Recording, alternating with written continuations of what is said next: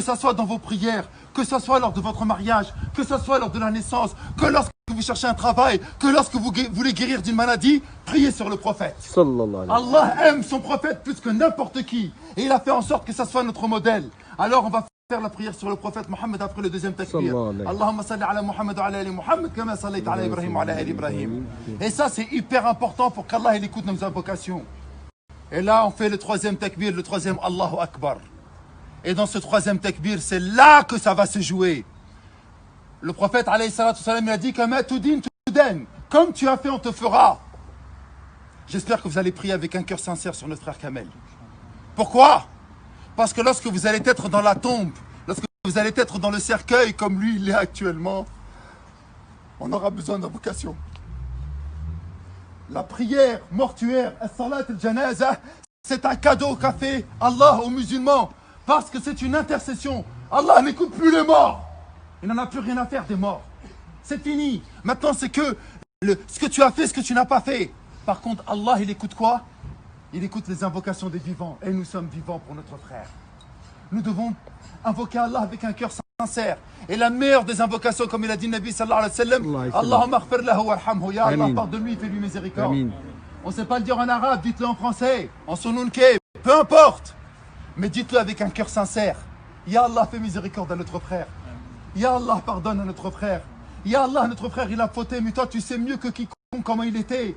Ya Allah, tu es miséricordieux. Ya Allah, tu as commencé ton livre en disant Bismillahir Rahmanir Rahim. Au nom d'Allah, le tout miséricordieux, le bienveillant.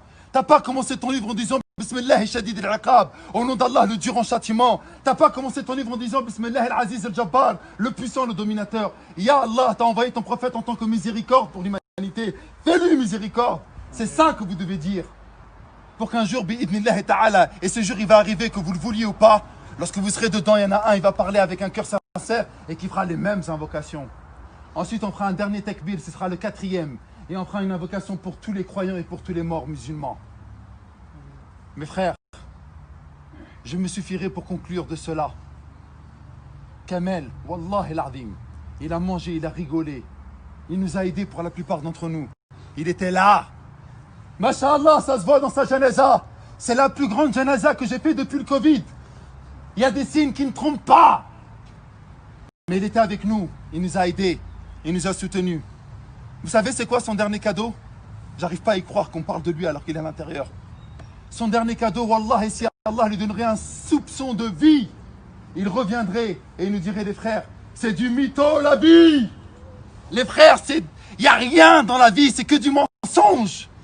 J'ai 40 ans, le même âge que Kamel, j'ai pas vu mes 40 ans passer.